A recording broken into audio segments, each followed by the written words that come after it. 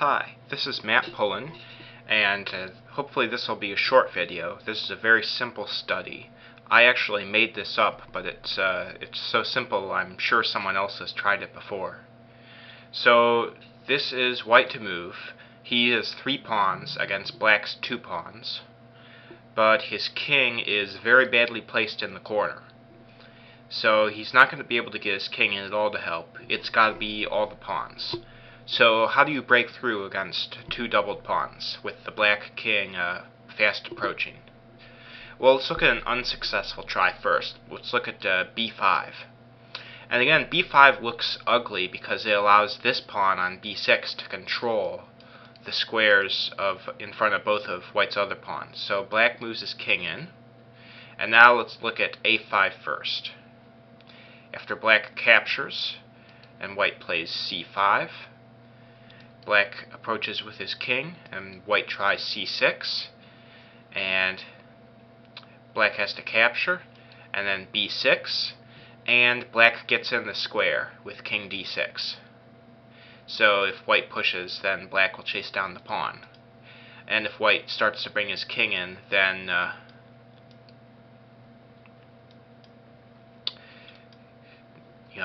black will eat the pawn. So that doesn't work. Let's try c5.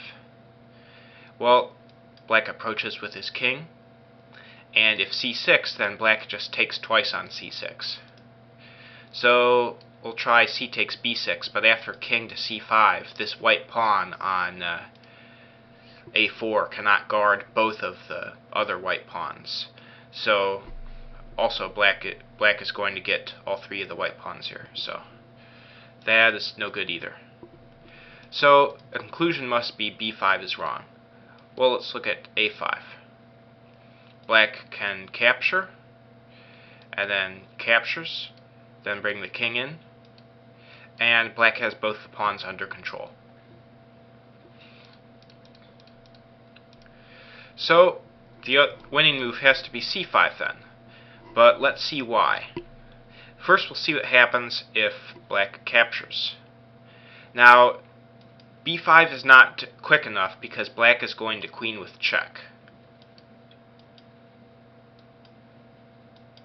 Check, and black wins easily. So after captures, white has to take back. And then the black king approaches. And now, if white advances the pawn with a5, then black plays king to d5, and we've reached an ending we're familiar with.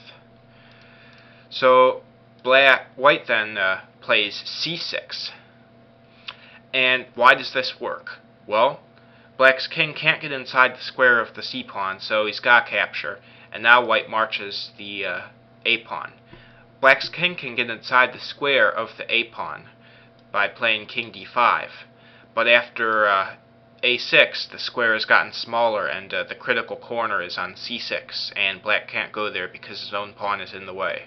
So he has to waste time moving the pawn or moving around the pawn, and in either case, so c6 is the winning move because it forces black's pawn to a square where it interferes with the ability of black's king to get inside the square of the white pawn. So therefore we know that pawn takes pawn loses in this position, so black has to move his king up. And now white can win with pawn takes pawn, but keeping with our theme of self-interference, pawn to c6 is what the doctor orders. So black has to take this, and then white pushes his outside pass pawn to a5. And if black trades pawns, then we've reached an ending we've already seen, where white wins. And if he doesn't trade pawns, then still the black pawn on c6 gets in the way. It's the same result.